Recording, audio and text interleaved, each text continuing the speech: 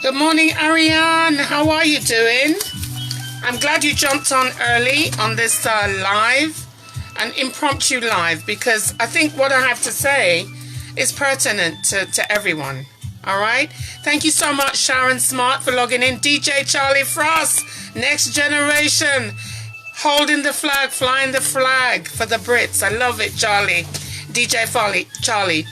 If you have children, then you need to listen to this live. If you have grandchildren, you need to log in and listen to this live. And please share what I'm about to say. It's coming from my heart and also my own very personal experience. Right now, I'm playing Kwesi Paul with his pan cover of Thinking Out Loud. So this live video is Bunafyah, Thinking Out Loud. I'm going to jump into the meat of the conversation because I don't want to wait, but do share the video. Let's listen to a little bit more from Kwesi Paul, steel pan version of Thinking Out Loud. Nice, isn't it?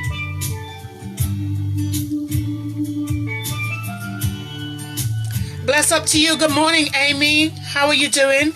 What I'm about to talk about on the live today is something that affects all of us, especially if you have young children in your life, whether grandchildren, nieces and nephews. So please share the video, and I want you to be interactive and comment on the post. I'm going to open up another page so that I can actually see your comments in real time. So I'm going to, I think, just jump straight into the post. Bear with me while I get my Facebook page up and running, and then we can get the show on the road. Good morning, Paulie. How are you doing? Thank you so much for logging in, and this is relevant to you. I'm going to jump straight into my commentary. You're listening to Pan Cover, Thinking Out Loud by Kwesi Paul. I just love this instrumental, but I'm going to really bring it down low while I get into the chat. Good morning to you, Marlene. How are you doing? Okay, the chat this morning is, if you notice, it's Bunafyah. So I'm going to be burning a fire on some people.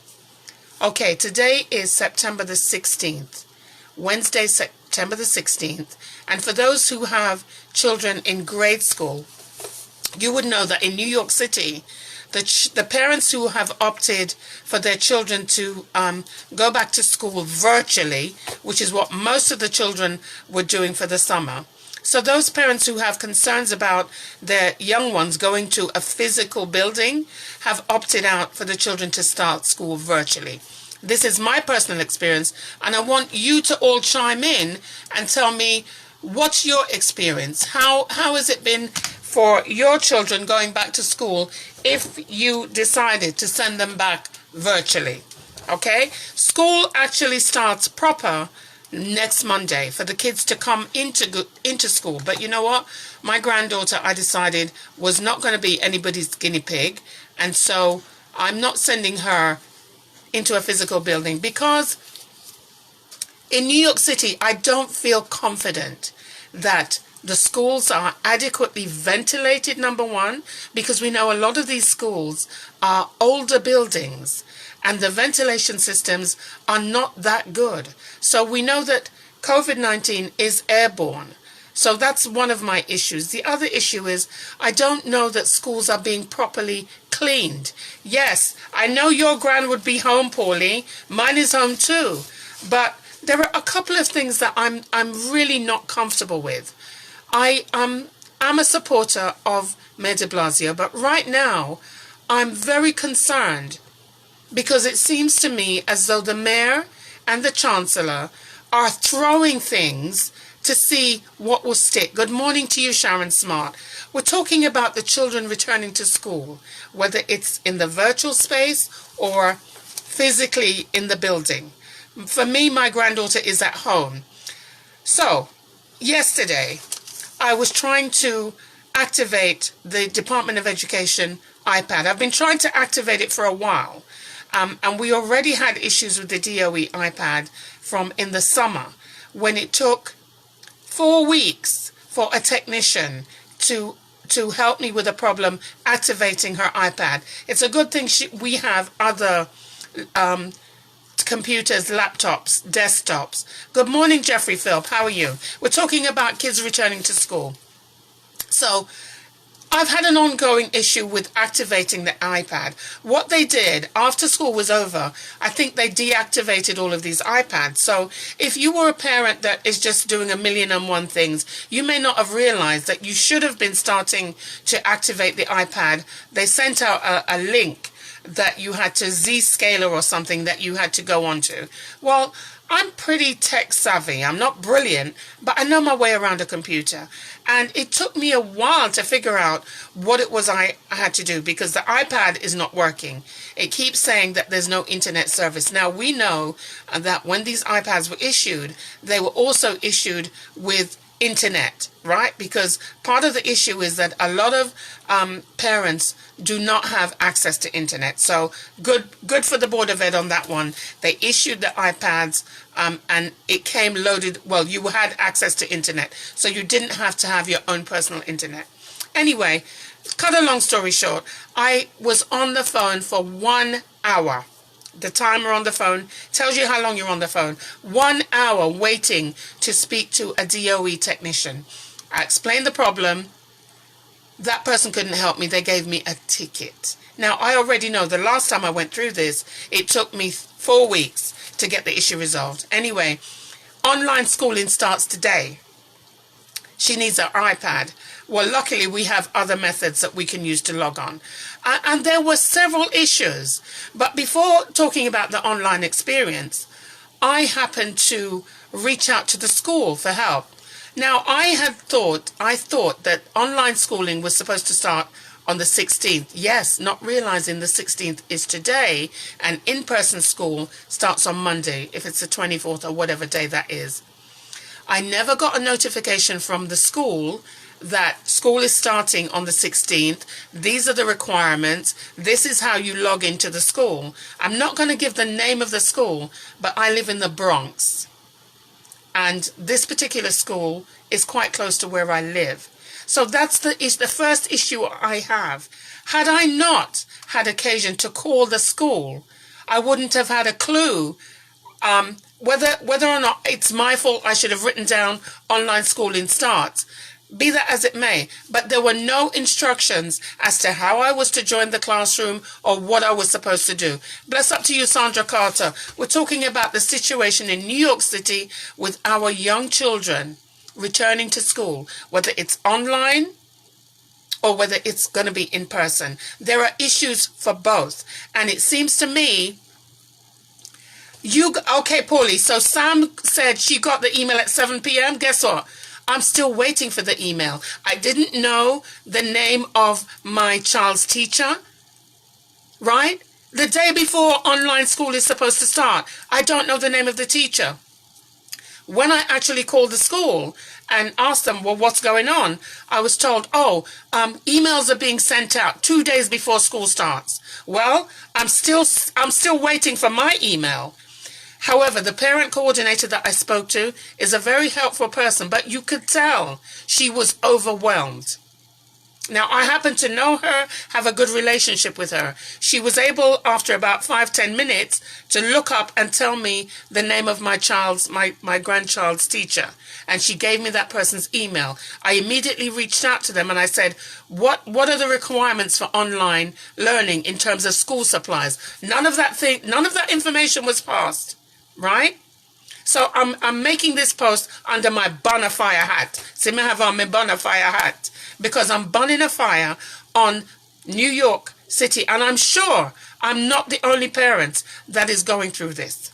So the fact that they're not advising parents what the procedure is, where do they have to go? It was yesterday when I reached out to the teacher who I'd never been introduced to, never knew who it was going to be, didn't even know if my child was promoted. You understand what I'm saying? We are taxpayers, and I'm not happy with the service that I'm getting for the money that I'm spending. As a homeowner, a lot of my taxes on my home goes to the school. And I want to know, why is it that New York City has the most segregated school system in America? Why? In 2020, why is that so? And if nobody else is talking about it, I'm going to be talking about it today, because guess what? I'm really sick and tired of it. Why should our children with a certain zip code get subpar education? And yet everybody's talking about, oh, you know, we want parity in the schools. I want the same education that those children in Connecticut, in certain neighbors in Connecticut and Westchester County are getting. Because as far as I'm concerned, my taxpayer dollars are as green as anybody else's. And if we don't sound the alarm as to what's happening, our children are going to fail. They are already failing. This year, 2020, is going to be the biggest social passing. Remember, there was this big hoopla. Yes, let me look at your comments, because I see people are commenting, and that's wonderful, because that's what I want. I see that 2020 is going to be the year when those children, especially in grade school, are going to be socially promoted. Because this whole online experience during the summer months of the pandemic, it was not a good experience. It was not a good experience. It was frustrating. And as I said, I know my way around a computer. And I had to be jumping through hoops to make sure work was done, make sure it was uploaded. It was a fiasco. And you would have thought that the Board of Ed, the Chancellor, knew about these issues, but it seems like every day they're coming online and trying to bamboozle parents that everything is fine, when we already know that it's not fine.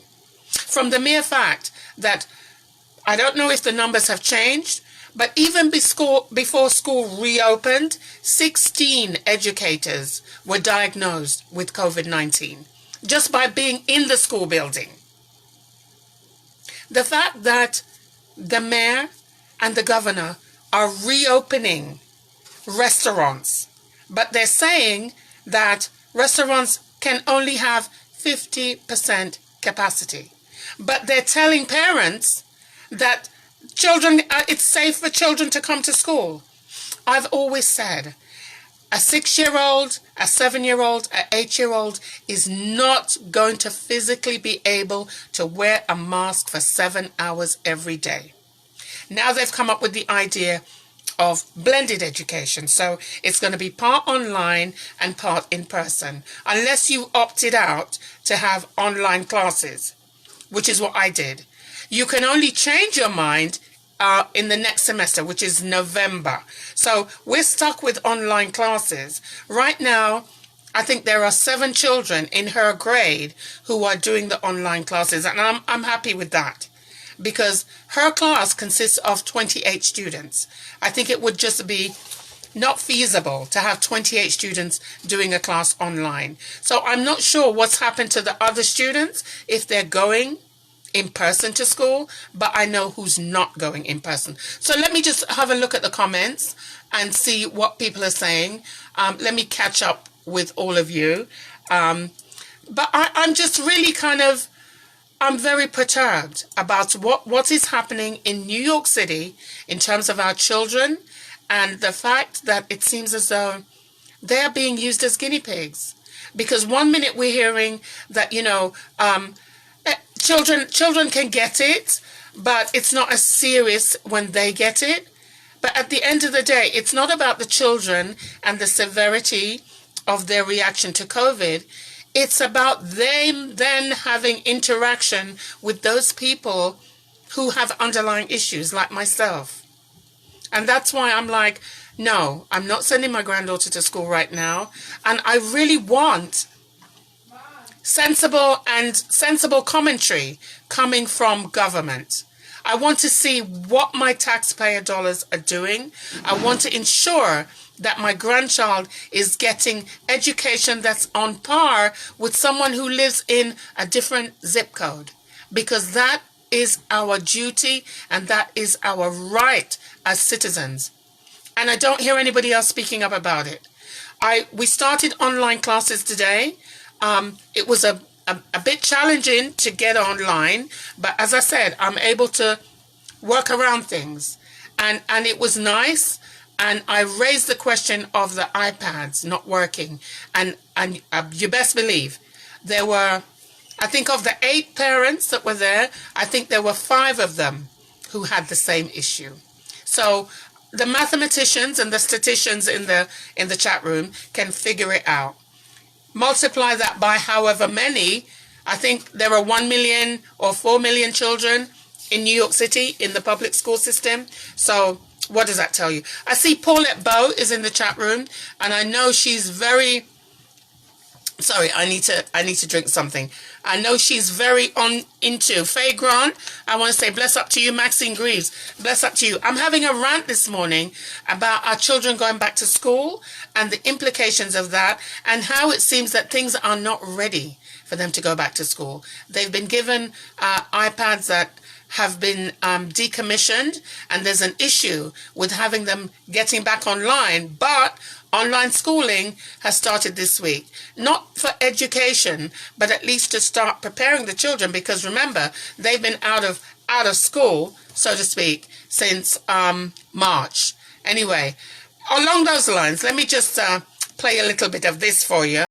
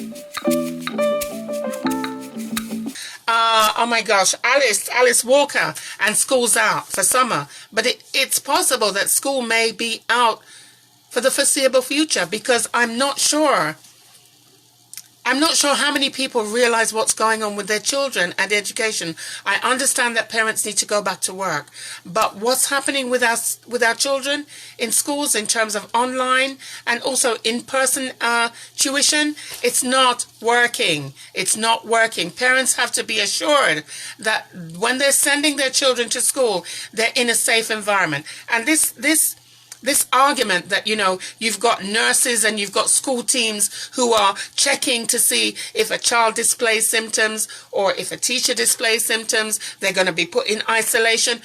By that time, if someone is displaying symptoms, it's already too late. That person has been infectious for we don't know how many days. But when you're showing symptoms, the person has already infected other people. So don't tell me that when someone's showing symptoms, you're then going to put a Band-Aid on it. And then you're talking about contact tracing. I don't hear anything about contact tracing, and it's not working. Because if it was working, the numbers would be down. They're down in New York. But let me tell you something. I'm driving around the city at night, and I see the ambulances. And I'll leave that one right there. I want to go back to this song that I played for you. It's not anything to do with school, but I just love the track. It's a cover version of a very famous song, and it's done by a gentleman by the name of Kwesi Paul. Take a listen to this. I'm going to get myself something to drink. I'll be right back.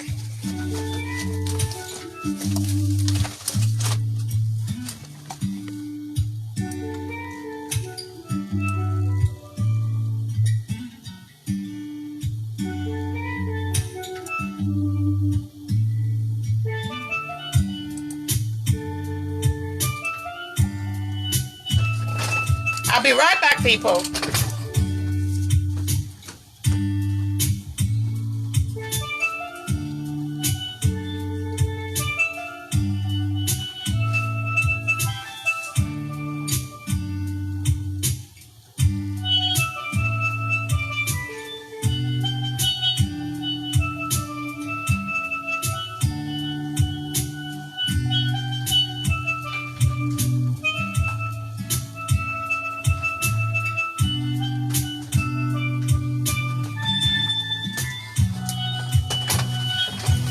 Told you I wouldn't be long.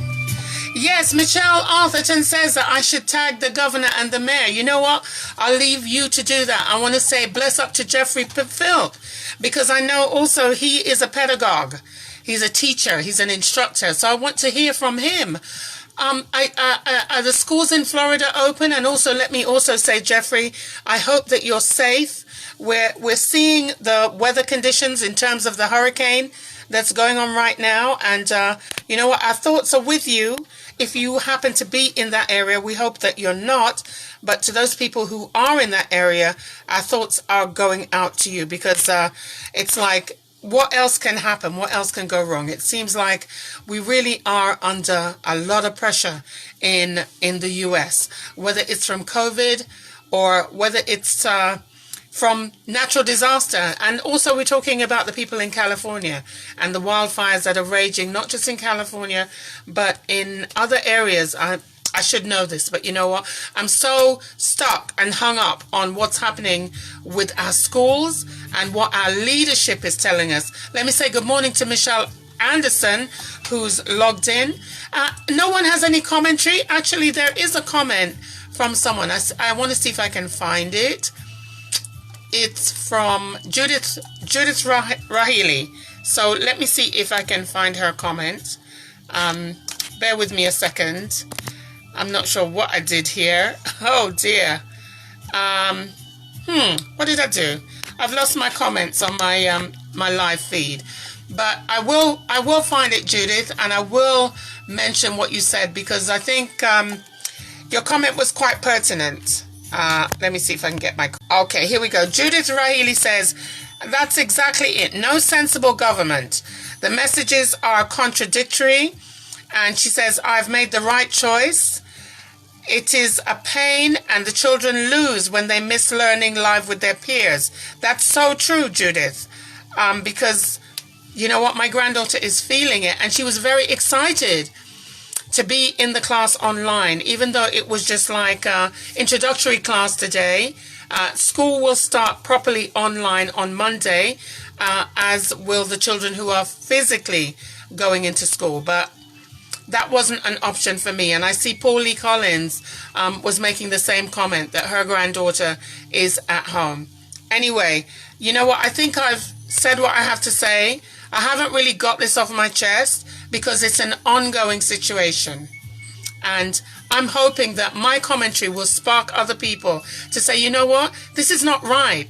We need to reach out to our elected officials and ask them, seriously, what is it you're doing? And we want information that is credible.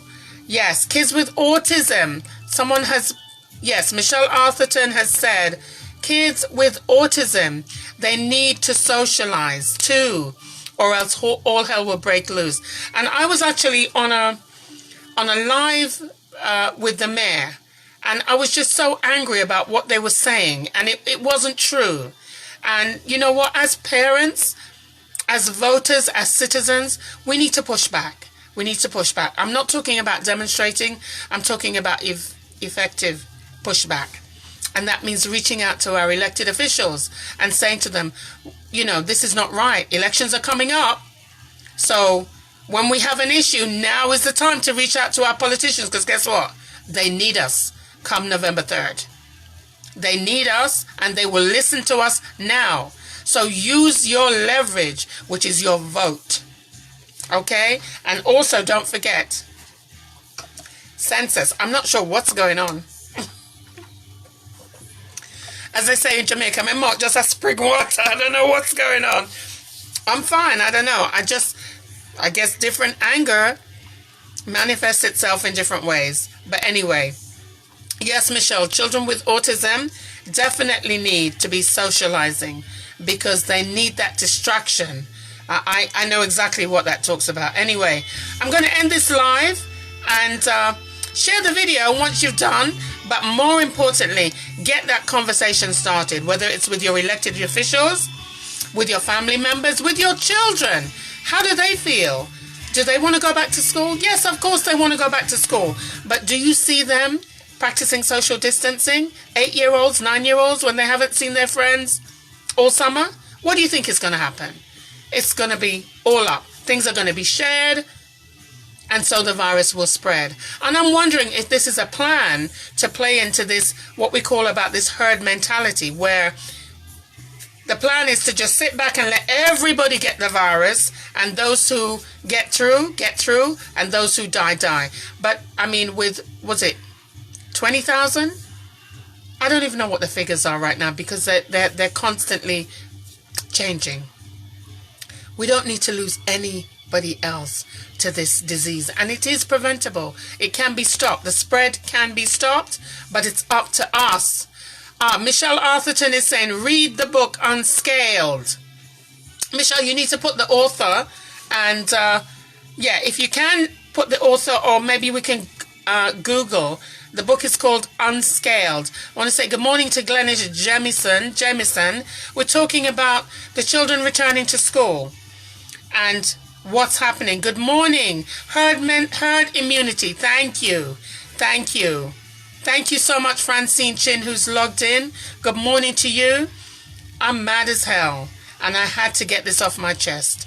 Anyway, we always got to end with a lighter note, right? And so I'm going to end with this one. I don't think so. No, no, no, no. I don't think so. No, no, no, no. It's never, ever, ever, ever, ever, ever gonna happen. I don't think so. No, no, no, no. I don't think so. No, no, no, no. It's never, ever, ever, ever, ever, ever gonna happen. I don't think so. No, no, no, no. Maybe someday you'll have it your way. Maybe someday. PM at e2onair.com. And Michelle Arthurton is saying, Unscaled speaks about how we will be operating businesses, schools, doctors, etc. in the future. And it's happening right now. Everything is virtual. Yes, everything is virtual. And if you notice, what happened, I said I was going to end, but you know what? What happened, remember a couple of months ago, maybe a month ago, they were talking about there are no more coins. So people were being encouraged to use their debit cards. No! Push back. Let's keep paper money, coins in circulation. No, we're not going to a cashless society. What about those people who don't have bank accounts? No. We have to fight for those who cannot. Use your voice. Do not be mute. Do not sit back and watch things happening and think that it won't affect you, because guess what? It's already affecting you. It's already affecting you. You notice how all the prices in the supermarkets, food prices are going up and up and up. And whether it's price gouging, because I saw somebody selling Lysol this in the spray can for $17 for one can. It was still cheaper than the $20 that I paid for one. but then more fool me, right? So the book is Unscaled. Google it. Educate yourselves. If you don't want to read the book, form a book club. Let other people read the book and discuss it that way. Okay? There's ways that we have to educate ourselves. And guess what? With this pandemic, we certainly have one thing that we have been in short supply of. And that is a lot of time on our hands to think and look around you and see what is happening. So, exercise your vote. Participate in the census. And reach out to your elected officials right now. Elections are coming up in November. Tell them about your grievance and that you're disgruntled about what's happening with our children, because this is the future generation. And if they're dumbed down, what hope does humanity have? Peace.